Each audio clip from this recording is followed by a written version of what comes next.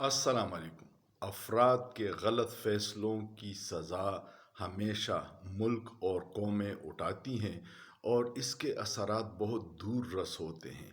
جس نے بھی ہمارے صاحب اختیار لوگوں کو سویلین کا ملٹری ٹرائل کا مشورہ دیا تھا، یہ مشورہ عقل و دانش سے خالی تھا، اور اس کے نتائج اب آنا شروع ہو گئے ہیں جو پاکستان کی معیشت پہ بہت منفی اثر ڈالیں گے۔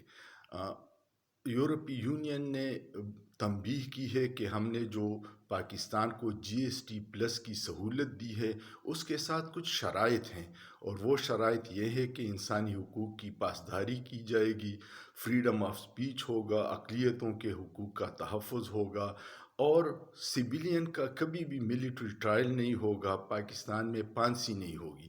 اس بنیاد پہ ہمیں جی ایس ٹی پلس کا سٹیٹس ملا ہے، جس سے ہم اپنی ایکسپورٹ یورپ کے 30-32 ممالک کو مقابلے والے ممالک کے مقابلے میں سہولت سے کرتے ہیں، اور پاکستان کو سالانہ اربوں ڈالر کا فائدہ ہے۔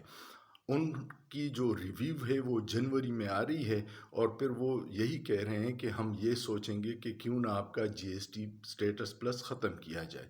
اب برطانیہ نے بھی بڑی سخت آوازیں آئی ہیں کہ یہ سب کچھ غیر قانونی ہے، آئین اور انصاف کے خلاف ہے۔ لیکن سوچنے کی بات یہ ہے کہ پچھلے 2-2.5 سال سے 3 سال سے پاکستان میں انسانی حقوق کی بدترین خلاف ورزیاں ہو رہی ہیں، سیاسی قیدیوں کو تعداد بڑھ گئی ہے، اور فریڈم آف سپیچ پہ بھی انتہائی پابندیاں ہیں۔ تو اب یورپی یونین اور انگلینڈ کیوں یہ کر رہے ہیں؟ اس لیے کہ پہلے جو بائیڈن انتظامیہ کا ہمارے فرسودہ نظام کو مکمل سپورٹ حاصل تھی، اور یورپی یونین اور برطانیہ امریکہ کے سامنے کچھ نہیں کہہ سکتے تھے۔ اب ان کو بھی پتہ چل گیا کہ جو بائیڈن کا اختتام ہو رہا ہے، اور ٹرمپ انتظامیہ کے مزاج سے ان کو اندازہ ہو گیا کہ اب یہ چیزیں پاکستان میں ہیں، اس کا پوچھا جائے گا۔ اس لیے انہوں نے یورپی یونین کے بعد برطانیہ نے بھی ملٹری ٹرائل پہ سوالات اٹھا دیے ہیں۔